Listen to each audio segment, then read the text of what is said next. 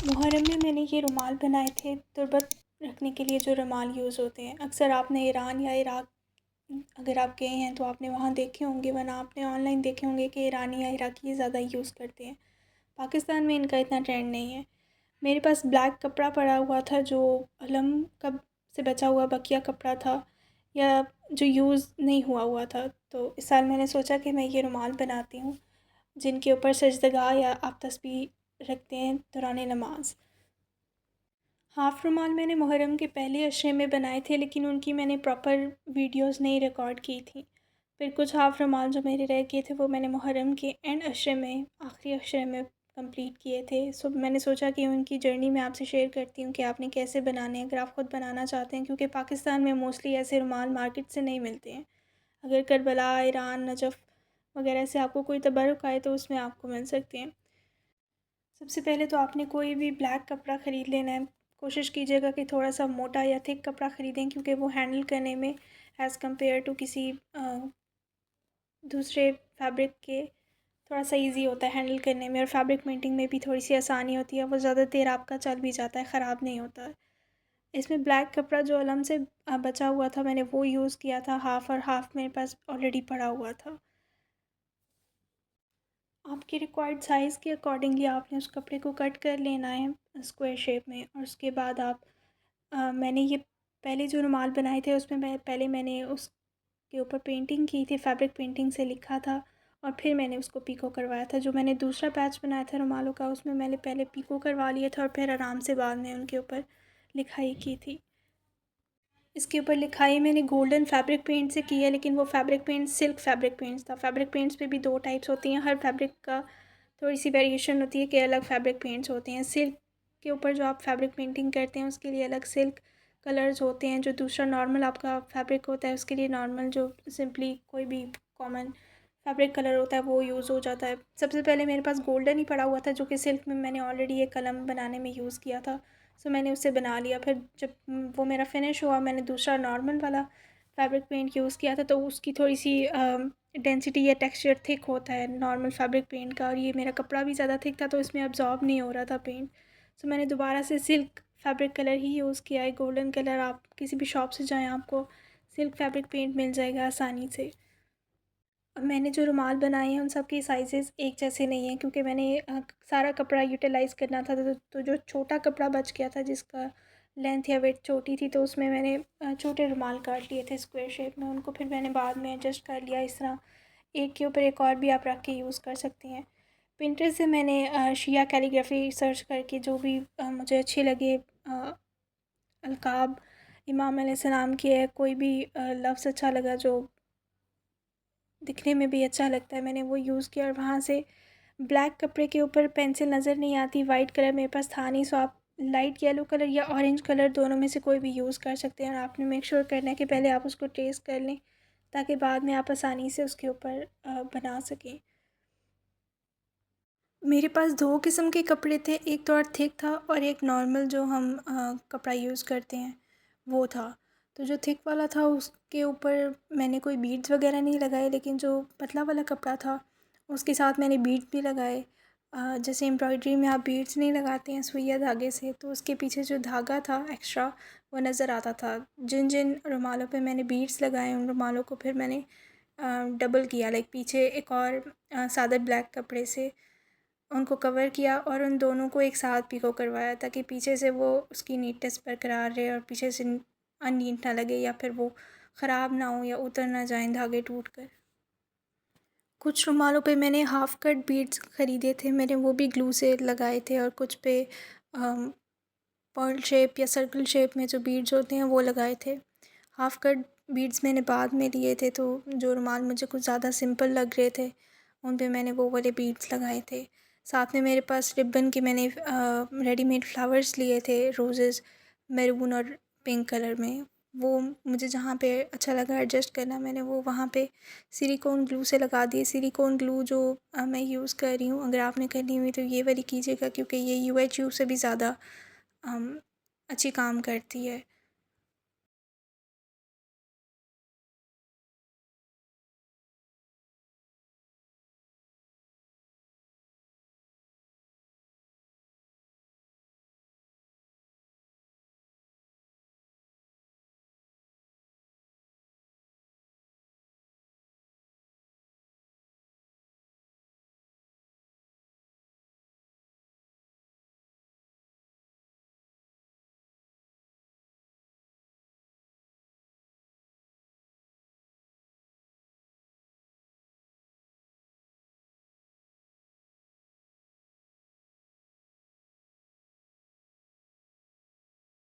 जो मैंने पहला रुमाल बनाया था वो मैंने फ्री हैंड बनाया था।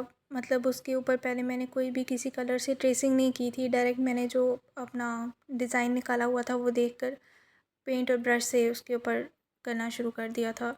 नूर यानी या हुसैन आई थिंक मैंने लिखा था वो। तो वो इतना नीट नहीं बना था। उसके बाद जब मैंने ट्रेसिंग स्टार्ट की, ट्रेस करके मैंने लिखा, वो रुमाल काफ़ी नीट बने थे। तो अगर आपने भी बनाने हो तो काइंडली पहले ट्रेस कर लीजिएगा। अगर आपका कलर रुमालों का कोई और है, वाइट कलर है या कोई लाइट कलर है, तो आप जो फैब्रिक पेंटिंग की ट्रेसिंग का प्रोसेस होता है बटर पेपर से, आप वो मेथड यूज़ करके ट्रेसिंग कर सकते हैं। उससे आपको नीट ट्रेस होगा। जो आपने ब्रश यूज़ करने हैं वो कोशिश कीजिएगा कि पतला वाला ब्रश यूज़ करें। चाहे आपका जो स्ट्रोक है वो थिक अपने रखना भी है तो फिर भी आपने ब्रश जो है वो आगे से पतला वाला लेना है। और अगर आपको कट निप ब्रश मिलता है तो आप वो कर सकते हैं। मेरा दरअसल ये ब्रश बहुत पुराना था, इसको यूज़ कर कर के या इसको अ, पानी में रख रख के इसका जो आगे से ब्रिसल्स थे वो टेढ़े हो गए थे। तो वो एक कट शेप या कलम वाले अंदाज से काम कर रहा था। इसमें जो स्ट्रोक्स हैं कहीं से मोटा रखना होता है, कहीं से पतला रखना होता है, तो उसमें ये मुझे काफ़ी हेल्प कर रहा था।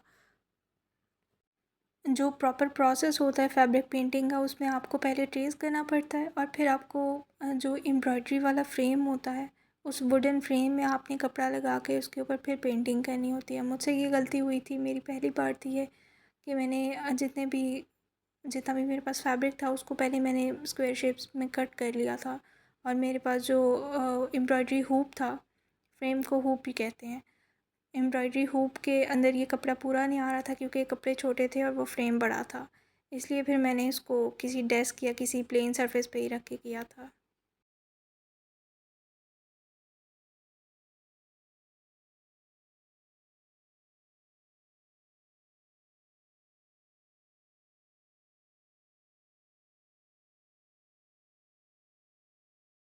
ये रुमाल मैं नूर वाला बना रही हूँ। इस तरह का मैंने एक और भी बनाया था नूर वाला, लेकिन उसमें मैंने क्रिस्टल बीड्स और फ्लावर्स ऐड किए थे। ये सिंपल रुमाल है।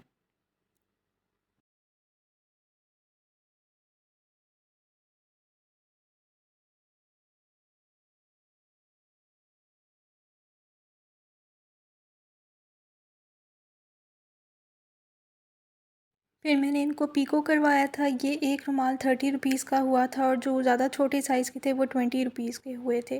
पीको से पहले आपने इसके जो भी एक्स्ट्रा आपके धागे निकलते हैं साइड से रुमालों के, वो आपने ज़रूर कट कर लेने हैं क्योंकि वो बाद में जब पीको के अंदर आ जाते हैं तो वो पहले वाले जो रुमाल पैक किए थे उसमें हमने कैंडीज़ भी ऐड की थी क्योंकि साथ में इयरिंग्स वाला तबर्क भी था तो उसमें भी कैंडीज डली थी। पैकेजिंग में मेरा ये मटेरियल यूज़ हुआ था, स्कॉच टेप थी, हाफ कट बीड्स थे, ग्रीन कलर का रिबन था और जो ट्रांसपेरेंट पैकेट्स होते हैं। उसके अलावा जो मैंने नोट्स प्रिंट आउट करवाए थे वो मैंने खुद डिज़ाइन किए थे और A4 वाली बड़ी शीट पे मैंने ये प्रिंट्स निकलवाए थे। इसके अलावा सात मुहर्रम की मेहंदी भी पैक की थी तो कुछ प्रिंटिंग वाली चीज़ें उसकी हैं। आप यूट्यूब चैनल पे जाके मेहंदी वाली जो पैकेजिंग हमने सारी की थी, चूड़ियाँ और मेहंदी की जो पैकेजिंग करके मन्नत उतारते हैं, वो मेरी दूसरी वीडियो में आप देख लीजिएगा। यहाँ पे हर रुमाल पे इत्र लगाया था हमने क्योंकि खुशबू आती है तो और ज़्यादा प्यारा लगता है। पहले वाले जो रुमाल थे उन पे दूसरा वाला इत्र लगा था, वो फिनिश हो गया था तो ये न्यू वाला लग रहा है। ये सेकंड बैच के रुमाल हैं सारे। जब मैंने इन रुमालों पे लिखाई की थी तो मैंने इस बात का ख्याल रखा था कि जहाँ पे सजदगा या तुरबत रखते हैं वो जगह थोड़ी सी खाली छोड़ दूँ, या वहाँ पे मैंने रुमालों में ज़्यादातर ऊपर वाली साइड पे मैंने बीड्स या पर्ल्स नहीं लगाए हैं, मोस्टली नीचे वाली साइड पे लगाए हैं। सो ऊपर से आपने रुमाल में सजदगा रखने और तस्बीह रखने की थोड़ी सी जगह छोड़ देनी है। नीचे वाली साइड पे आपने लिखाई करनी है थोड़ी सी, मिड में नहीं करनी। ये कुछ क्रिस्टल बीड्स हैं, जैसे कि ये वाला रुमाल है, इसको मैंने डबल पीको करवाया था इसके नीचे से। और ये नूर वाला पर्सनली मेरा ये सबसे फेवरेट रुमाल है जो मुझे सबसे ज़्यादा प्यारा लगा था।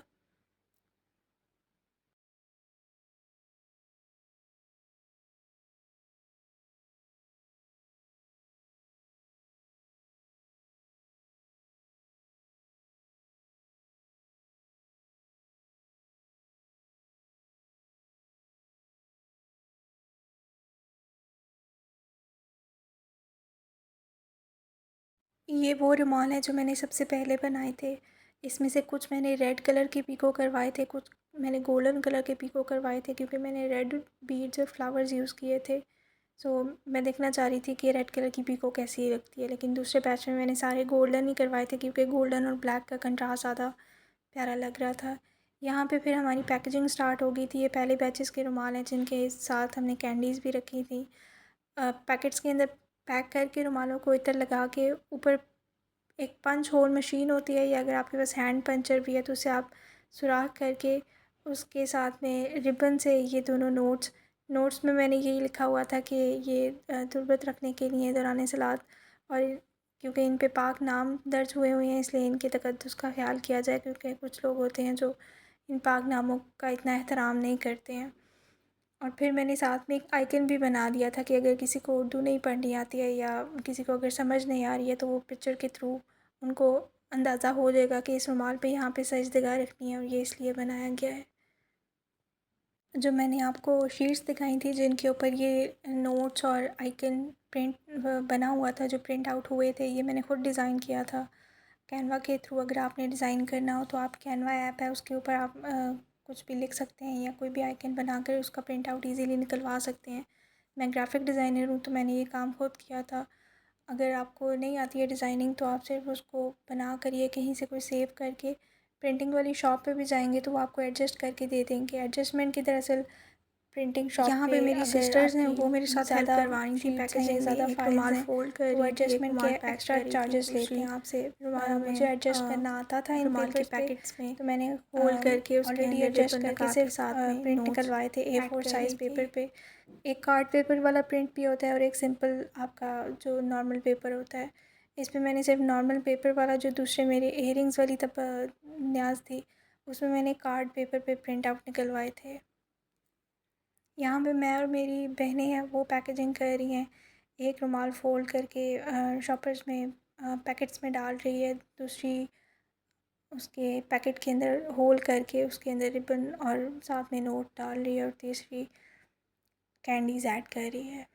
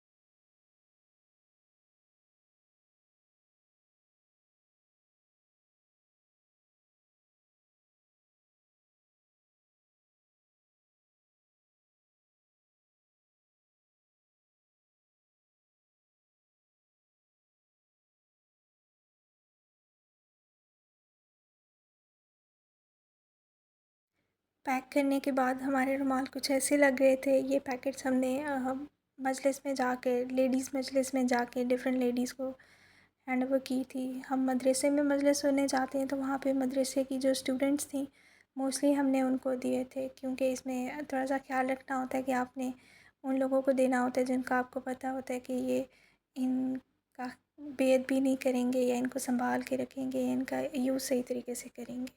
क्योंकि अगर कोई खाने वाली या जूसेस इस तरह का कोई तबर्रुक है तो वो तो आपको नहीं फ़र्क करना होता है, हर किसी को आप दे सकते हैं, लेकिन इन चीज़ों का थोड़ा-सा ख़्याल रखना होता है, पर्सनली मुझे ऐसा लगता है। और जो दूसरी इयररिंग्स वाला तबर्रुक था और साथ मुहर्रम की मेहंदी की मन्नत वाली चीज़ें मैंने पैक की थी, वो मैं इंशाल्लाह बहुत जल्द वीडियो एडिट करके अपलोड करूँगी। आप मेरा यूट्यूब चैनल सब्सक्राइब कर लें ताकि आपको वो वीडियो शो हो जाए। ये मिनहाजुल हुसैन है, दारा मिनहाजुल हुसैन है जौहर टाउन में, यहाँ पे हमने तक़सीम की थी, यहीं पे हम मजलिस सुनने जाते थे, शाम वाली मजलिस में।